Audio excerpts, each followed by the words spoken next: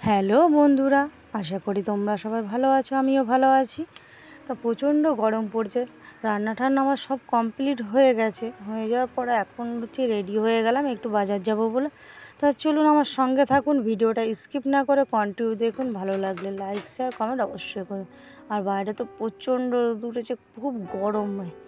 কদিন হচ্ছে প্রচণ্ড গরম পড়ছে। আজকে হচ্ছে 16ই মে। তারপরে বলছি 16ই মে কী হয়েছে। তা চলুন একটু বাজার দিয়ে ঘুরে আসি। বাজারের ভিতরে তো আর ভিডিও করিনি। এই যে সব বাজার করে নিয়ে এসেছি।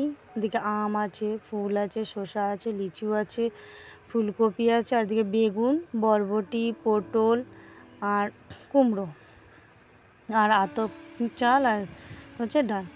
তো আসার পরে খুব তো গরম লাগছিলো, ফ্যানটা চালিয়ে একটু গ্লুকন্ডির জল করে খেয়ে নিলাম।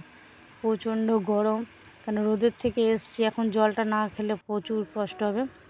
তারপরে আমি গিয়ে হচ্ছে ড্রেসটা চেঞ্জ করে একটু স্নান টান করে এসে সবজিগুলো কাটতে শুরু করলাম, কারণ রান্নাটা চাপাতে হবে সকাল সকাল, নাহলে আর কিছু না। তাহলে বলছি আজকে 16ই মে কি? 16ই মে হচ্ছে আমার বর মানে নিখিলবাবুর বাবা মারা গেছিল। আজকে প্রায় 18-19 বছর। আমি ওনাকে কোনো দিন দেখিনি, কারণ হচ্ছে আমি দেখিনি। আমার বর যখন ছোট ছিল, তখন 5-6-এ পড়ে, তখন মারা গেছে। খুব ছোট বয়সেই বাবাকে হারিয়েছে। তা কিছু করার নেই। এই যে সবজি, এই দেখুন না, রান্না করতে করতে গ্যাস পালিয়ে গেছে।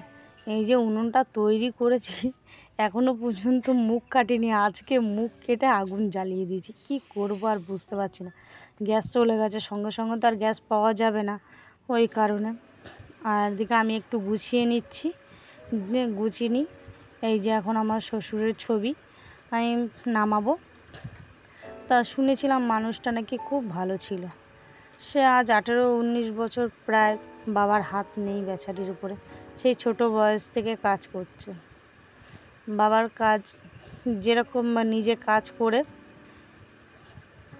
মানে 5-6 পড়া ছেলে, তার সে কতটুকু বয়স আপনারা তো নিজেরাই জানেন। তখন থেকে সে কাজ করছে এক নাগারে। আজও কাজ করেছে, তার মাঝখানে তো একটা অ্যাক্সিডেন্ট হয়ে গেছে ওর। এখন একটু কম কাজ করে, 1.5 বছর পরেই যে এখন কাজে ঢুকলো। তা কী করব, সবাই তো সমান হয় না, সবার মাথার উপর তো বাবা মা থাকে না। তার কিছু করার নেই। তাই এই দিনটাতে আমি আসার পর থেকে, যখন থেকে জানতে পারলাম যে 16ই মে আমার শ্বশুরমশাই মারা গেছে, তবে থেকে আমি এই দিনটাতে যেটুকু পারি, মানে সামথিং অনেক কিছু কোনো আয়োজন করতে যেটুকু পারি নিজের মতন করে তৈরি করি এবং বাবার কাজ করি। তো এই যে হচ্ছে আমার শ্বশুরমশাই। তো ওদিকে গুছানো হয়ে গেছে। আর এই শাড়িটা ও আমাকে বলেছিল যে আজকে পরবে। তাই এই শাড়িটা আমি যে পরে নিলাম, কেমন লাগছে অবশ্যই জানাবেন। তা পুকুকে তো ঘুম পাড়িয়ে দিয়েছে, আর প্রচণ্ড গরম, প্রচুর ঘেমে যাচ্ছে। আরও নতুন শাড়ি পরলে তো আরও ঘেমে যেতে হয়। তা চলুন ফলগুলো কেটে নিই, তারপরে আবার অনেক কাজ আছে। তা আমি একটা ফল আর লিচু নিয়ে কেটে নিয়েছি। আর ওপাশে হচ্ছে ভাজাভুজিগুলো, পায়েস যা করেছিলাম সেগুলো আছে। তা আমি কি রান্না করেছি তোমাদের অবশ্যই দেখাবো। আমার শ্বশুরমশাইয়ের বাজারে ছিল ফলের দোকান। আজ তার বৌমা এবং নাতিরা ফল কিনে খেতে হয়।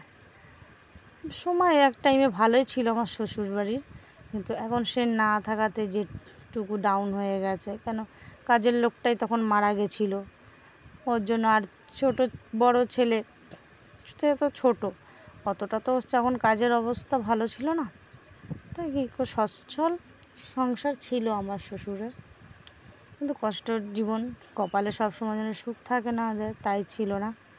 ওর কপালে ছিল যে ছোট বয়সে বাবাকে হারাবে, তাই চলে গেল তার বাবা। কিন্তু সেই আন্দাজে আমার বাবা, তারপর বাবা যেই শুনেছে ওর বাবা নেই, তা আমার বাবা তো ওকে খুব ভালোবাসে। তা চলুন, আমি ওদিকে তো সব রেডি করে নিয়েছি, করে টোরে এখন বসে গেছি পুজোয় বসে একটু পুজোটা করে নিই। আর আপনারাও কন্টিনিউ দেখুন। ওদিকে পুজো করতে করতে জানেন উঠে গেছে হচ্ছে পুকুর। মানে 5 মিনিট ঘুমিয়েছে আর ঘুমায়নি। ভালো লাগে, আমি তা ভাবলাম ও মানে ঘুমোতে থাকতে আমি একটু পুজো করব, 2টো রিলস বানাবো, সেটা তো আর হলোই না, তা উঠে গেল। আর কী করা যাবে বলুন, তো পুজোটা করেই নিই, তারপরে ওকে আবার খাওয়াবো, খাইয়ে দিয়ে গুছাবো, নিজেও খাবো, দেখা যাক।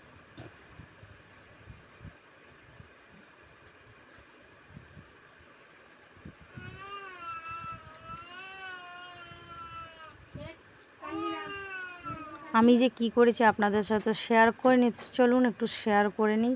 আমি আজকে কি রান্না করেছি, আর নিজের মতন করে যেটুকু মানে করার চেষ্টা করেছি।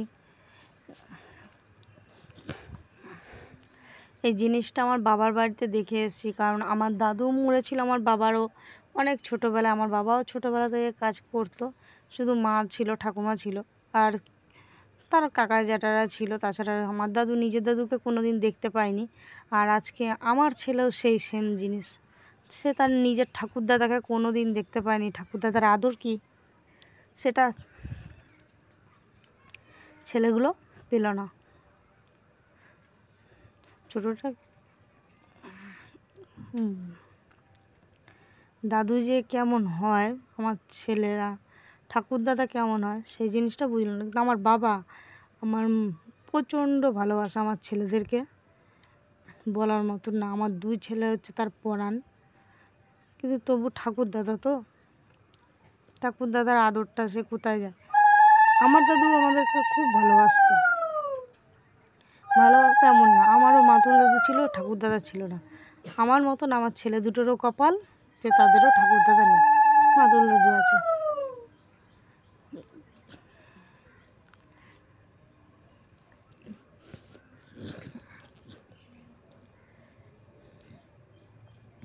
এখনও আমার মাতুল দাদু বেঁচে আছে। আপনাদের সাথে তো শেয়ার করেছি, মামা বাড়ি গিয়েছিলাম, ছোটো মামার কাছে রয়েছে দাদু, বড় মামার কাছে থাকে না। আপনাদের সাথে কথা বলতে বলতে আমার গলাটা ভারী হয়ে গেল, আর প্রচণ্ড তো জল টানতে হচ্ছে। এই যে খিচুড়ি করেছি, 7 রকমের 7টা ভাজা দিয়েছি, বেগুন ভাজা, পটল ভাজা, ভেন্ডি ভাজা, ফুলকপি ভাজা, বরবটি ভাজা, কুমড়ো ভাজা, আলু ভাজা, পাঁপড়, এদিকে পায়েস, একটু চাটনি, আর এদিকে আম, শসা, লিচু, আর 5 রকমের 5টা ফল এনেছিলাম। আমার বাড়িতে একটা নাড়ুগোপাল আছে, সে মিষ্টি ভক্ত, সে ওই দেখুন থালাটা নিয়ে এসে, আমি কেন বারণ করেছি যে থালাটা নিয়ে এলি কিসের জন্য, সেজন্য দেখেছেন দাঁড়িয়ে দাঁড়িয়ে কাঁদছে। তা একটা মিষ্টি তো খেয়ে নিয়েছে, 4টে দিয়ে পুজো দিয়েছে, আর কিছু করে নেই। এই দেখুন এদিকে তো আম খেয়ে মুখে তো পুরো আম করে নিয়েছে। ওকে কেন বকেছি, এই থালাটা এনেছিস কেন, পরে খাবি, সেজন্য কান্নাকাটি এখনো কমছে না। আমার কোলে এসে শুয়ে আছে, আর আমি ওকে বলছি তোর মুখটা বাদুরের মতো থালাটা রয়েছে, থালাটাকে নিয়ে এসে ওদিকে তাকিয়ে থেকে দেখছে ওর পছন্দের খাবার। ও আম খুব ভালোবাসে, মিষ্টিও খুব ভালোবাসে, আবার সাইডে রয়েছে লিচু গোটা।